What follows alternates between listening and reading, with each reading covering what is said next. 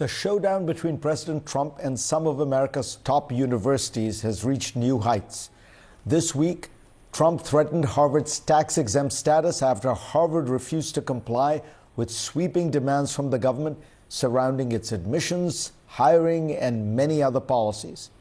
The Trump administration also threatened to block Harvard's ability to enroll international students unless it made data on these students available to the government. And it froze over $2 billion of Harvard's government funding. It is all part of a severe crackdown on universities, the earliest of which came against Columbia. Joining me now to talk about the Trump administration's attacks on higher education is Lee Bollinger. He served as president of Columbia University for more than 2 decades, starting in 2002. Lee, welcome.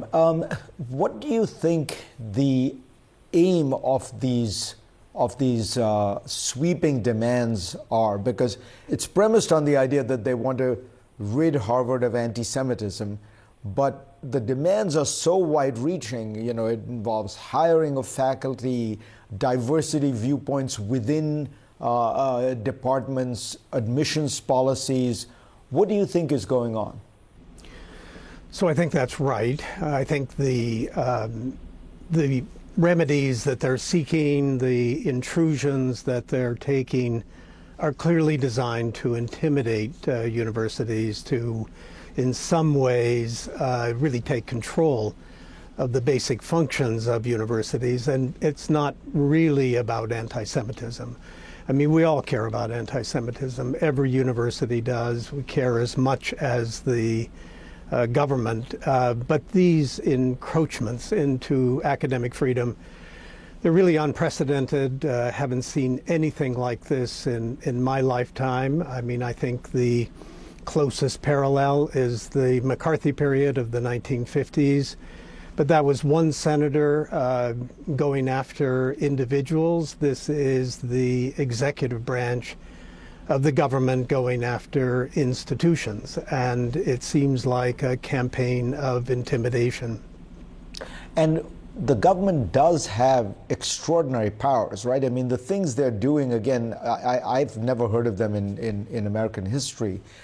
Threatening to revoke the tax-exempt status, threatening to not allow them to enroll foreign students, even threatening to do something about the accreditation, which would make it difficult for Harvard students to get Pell Grants and loans and all that kind of thing. This is a kind of weaponization of the government's power. Can a university fight it?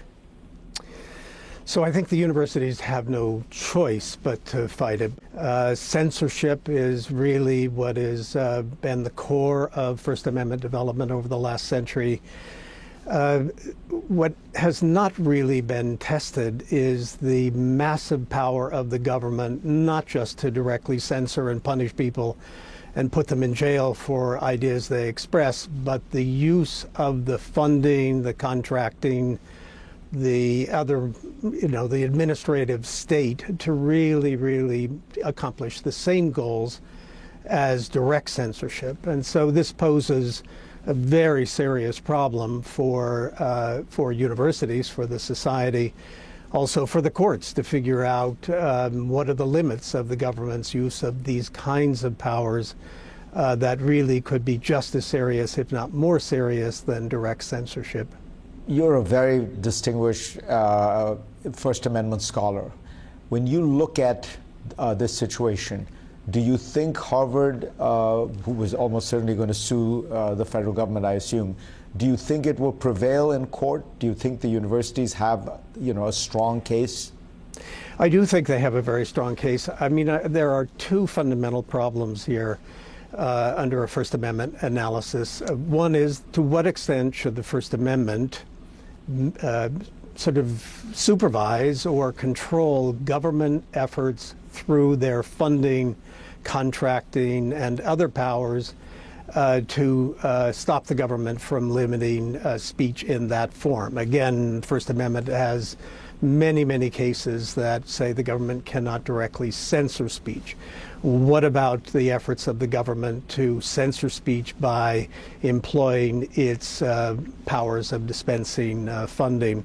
I have no doubt that as applied to these actions of the government, that universities and Harvard would win. The second issue is the extent to which universities should be entitled to a special status under the First Amendment. And there are some great opinions and some decisions that really do recognize the special role that universities play in advancing knowledge, the search for truth, and therefore are entitled to special protections. Those two doctrines, those two areas of the First Amendment are really what's at stake here. I'm fairly confident that at the end of the day, Harvard and other universities would prevail on these claims.